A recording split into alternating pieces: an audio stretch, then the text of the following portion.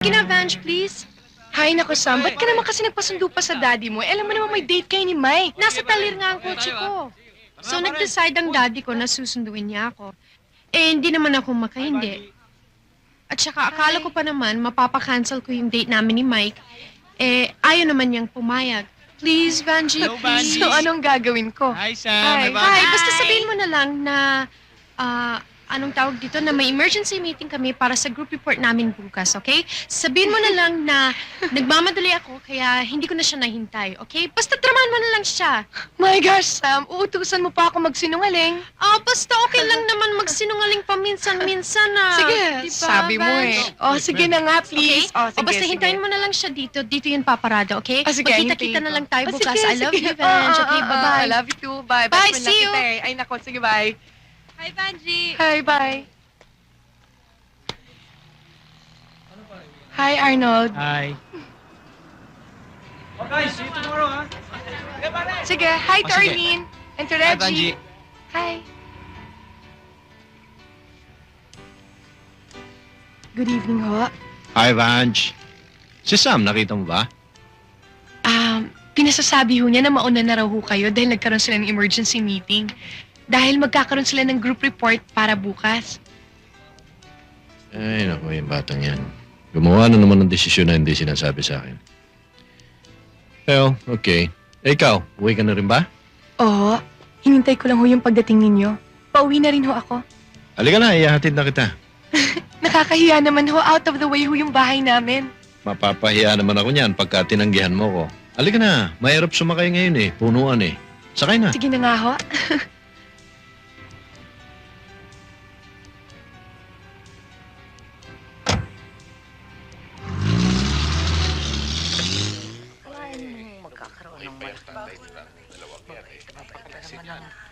Isa sa pinakamahusay mga bayo sa lugar na ito. Yun ang isa pa. At Hindi ba kaklase mo siya? excuse me ho, kung hindi itong kakaroon ng kaayusan, talagang magiging gulo ang takbo ng mga pangyayari. Oo, talaga. Totoo yan. Oo. Pero wala namang gulo na hindi maayos. Totoo yan. Oo. Kailangan daan lang yun sa magandang pag-uusap. Kahit ano, makapag-uusap nga.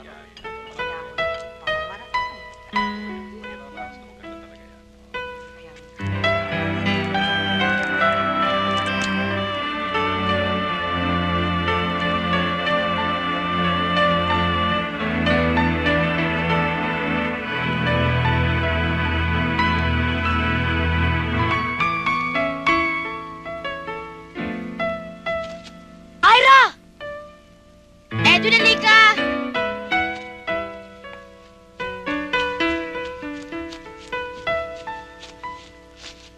Para sa'yo.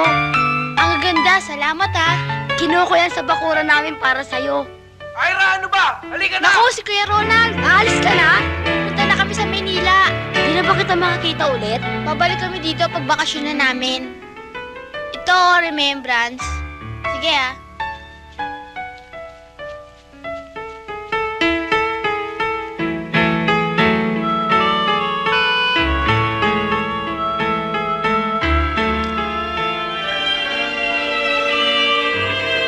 Para maipakita natin sa Securities and Exchange Commission with any bankruptcy proceedings, they need to speak. Ano ginagawa mo rito? Nakikiramay ako sa inyo. Ano mo ka Tama na, Kuya. Please. Tama na. Ang lakas ng loob! Bakit ha? Ha? Pati ba naman tong bahay at lupa namin pag-iinteresan niyo yung magaba? O baka naman pati atol ni Papa gusto niyo kunin? Sige, kunin mo! Kuya, please. Ang kapal ng mukha mo! Tama na. Kuya, please. Ronald!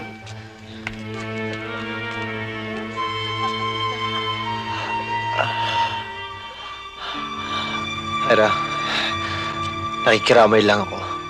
Nakikiramay? Hindi ba dapat ay nandiriwang ka? Kayo? Dahil nasa inyo ng asyenda namin, kinamkam nyo na. Ira, Pinulag nyo yung papa. Niloko nyo siya para makuha nyo lahat ng gusto nyo. Ang kapal talaga ng mukha mo. hindi totoo mga sinasabi mo. Sabihin mo sa ama mo, magtutuos pa kami. Gagawin kong lahat para mabawi ang asyenda naming ninakaw nyo.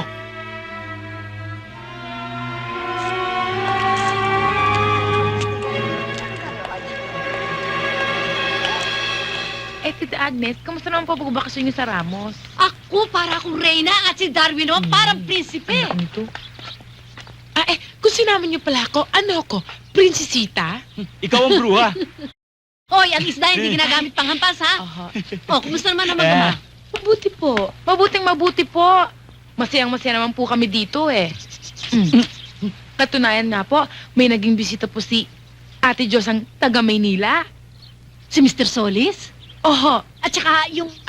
Miss Yumol. Yun nga ho. oo. Ay nako, 3 araw nga ho sila dito eh. Para kaming pista. Ay nako, luto ng luto si ate. Tita. Tita, oh. Ito ba ang mga bisita mo? Ay, ko si Mr. Solis. Oo. Aba, ito ba yung Miss Yumol? Oho. Ha? Darwin, Ay, kumusta ka na? buti. Tita? Oo. Mukhang aristokrata pero mabait ba naman? Ha? Oho. Darwin, halika. Papakita ko lang, ho. Ito, oh. Ito si Mr. Solis. Isang kaibigan. Siya ang agent ko sa Maynila.